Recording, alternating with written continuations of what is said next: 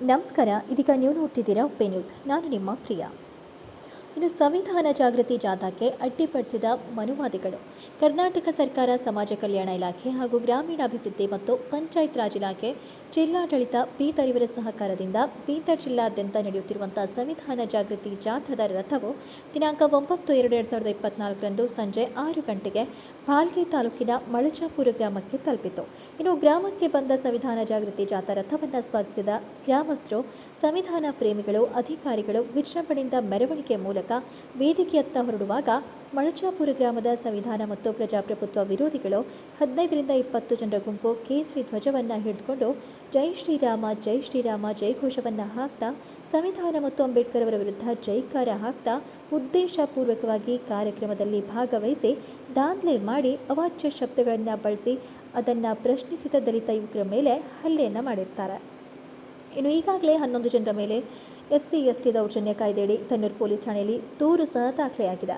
ಇನ್ನು ರಾಜ್ಯ ಸರ್ಕಾರದಿಂದ ಆಯೋಜನೆ ಮಾಡಿರುವ ಸಂವಿಧಾನ ಜಾಗೃತಿ ಜಾಥಾವನ್ನು ಉದ್ದೇಶಪೂರ್ವಕವಾಗಿ ಅಡಚಣೆ ಮಾಡಿ ಸಂವಿಧಾನಕ್ಕೆ ಮತ್ತು ಬುದ್ಧ ಬಸವ ಅಂಬೇಡ್ಕರ್ ಅವರ ಸಿದ್ಧಾಂತಕ್ಕೆ ಅಗೌರವ ತೋರಿಸಿ ಶಾಂತಿಭಂಗಗೊಳಿಸಿದ ಸಂವಿಧಾನ ವಿರೋಧಿ ಕಿಡಿಗೇಡಿಗಳಿಗೆ ವಿರುದ್ಧ ಕರ್ನಾಟಕ ಸರ್ಕಾರ ಮತ್ತು ಜಿಲ್ಲಾಡಳಿತ ಬೀದರ್ ಸ್ವಯಂ ಆಗಿ ದೇಶದ್ರೋಹದ ದೂರು ದಾಖಲಿಸಿ ಕಠಿಣ ಶಿಕ್ಷೆ ನೀಡಬೇಕು ಅಂತ ಅಂಬೇಡ್ಕರ್ ಯುವ ಸೇನೆ ರಾಜ್ಯಾಧ್ಯಕ್ಷರಾದ ರಾಜ್ಕುಮಾರ್ ಗೊನ್ನಳ್ಳಿ ಅವರು ರಾಜ್ಯ ಸರ್ಕಾರ ಮತ್ತು ಜಿಲ್ಲಾಡಳಿತಕ್ಕೆ ಒತ್ತಾಯಿಸಿದರು.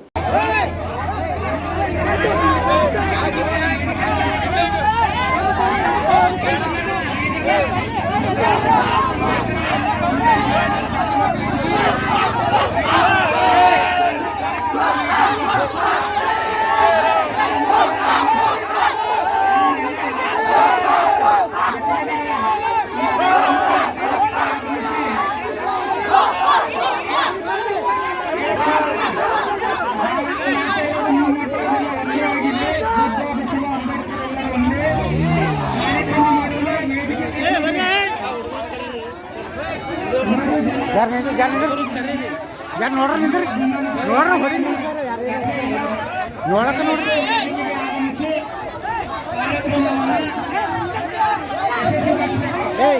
ನೀವು ವಿಡಿಯೋ ಮಾಡಿ, ನೀವು ಜರ ವಿಡಿಯೋ ಮಾಡಿ, ಜರ ಮಾಡಿ.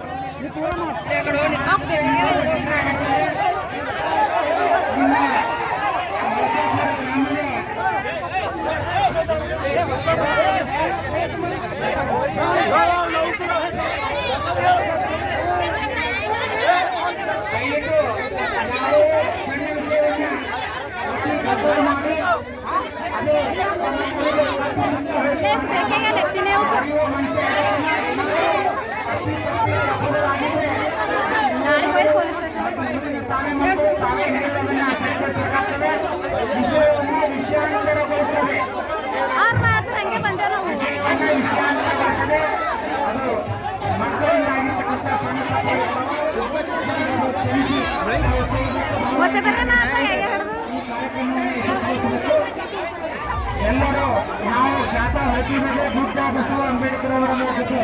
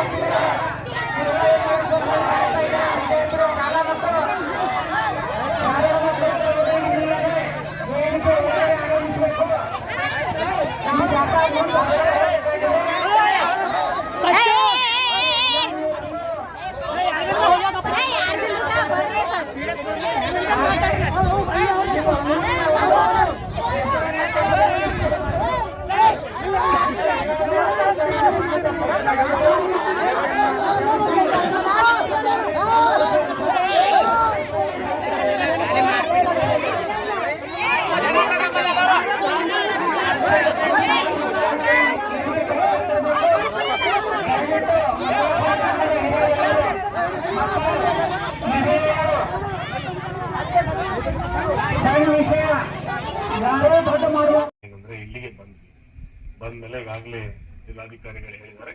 ಮತ್ತು ನಾನು ಜಿಲ್ಲಾ ವರಿಷ್ಠಾಧಿಕಾರಿಯಾಗಿ ನಾನು ಹೇಳ್ತಾ ಇದ್ದೀನಿ, ಈ ಏನು ಒಂದು ಅಹಿತಕರ ಘಟನೆ ಆಗಿದೆ ಅದಕ್ಕೆ ಸಂಬಂಧಪಟ್ಟಂತೆ 100% ಏನಂದ್ರೆ ಕಾನೂನು ಕ್ರಮ ಜರುಗಿಸ್ತೀವಿ. ಯಾಕಂದ್ರೆ ಇದು ಸರ್ಕಾರದ ಕಾರ್ಯಕ್ರಮ ಇದೆ, ಇದಕ್ಕೆ ಯಾರೇ ಅಡ್ಡಿಪಡಿಸ್ಲಿ ಅದೇನಂದ್ರೆ ಕಾನೂನಿನ ಚೌಕಟ್ಟಿನಲ್ಲಿ ನಾವು 100% ಏನಂದ್ರೆ ಕ್ರಮ ಜರುಗಿಸ್ತೀವಿ. ಮತ್ತೆ ಏನಂದ್ರೆ ಇವತ್ತಿನ ಈ ಪ್ರಮುಖ ಇದರಲ್ಲೇನೆ ಏನಂದ್ರೆ ನಾವು ಯಾವುದೇ ಕಾರಣಕ್ಕೂ ವಿಚಲಿತರಾಗುವ ಅವಶ್ಯಕತೆ ಇಲ್ಲ. ಸೊ ನಾವು ಕಾನೂನು ಪ್ರಕಾರ ಎಲ್ಲ ಕ್ರಮಗಳನ್ನ ಕೈಗೊಳ್ತೀವಿ. ಸೊ ನೀವು ಶಾಂತ ರೀತಿಯಿಂದಿರಿ. ಸೊ ನಾವೆಲ್ಲ ಕ್ರಮಗಳನ್ನ ಕೈಗೊಳ್ತೀವಿ, ನೀವು ನಮ್ಮನ್ನ ನಂಬ್ರಿ ಅಂತೇಳಿ ವಿನಂತಿಸ್ಕೊಳ್ತೀನಿ. ಈಗಾಗಲೇ ಬಹುಶಃ ನಿಮ್ದು ಊಟ ಆಗಿರ್ತಿಲ್ಲೋ ನನಗಂತೂ ಗೊತ್ತಿಲ್ಲ, ಮಧ್ಯರಾತ್ರಿ ಆಗಿದೆ. ಸೊ ಎಸ್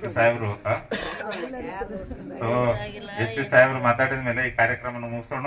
ತಾವು ಶಾಂತ ರೀತಿಯಿಂದಿರಿ, ನಾವೆಲ್ಲ ಕ್ರಮಗಳನ್ನು ಕೈಗೊಳ್ತೀವಿ.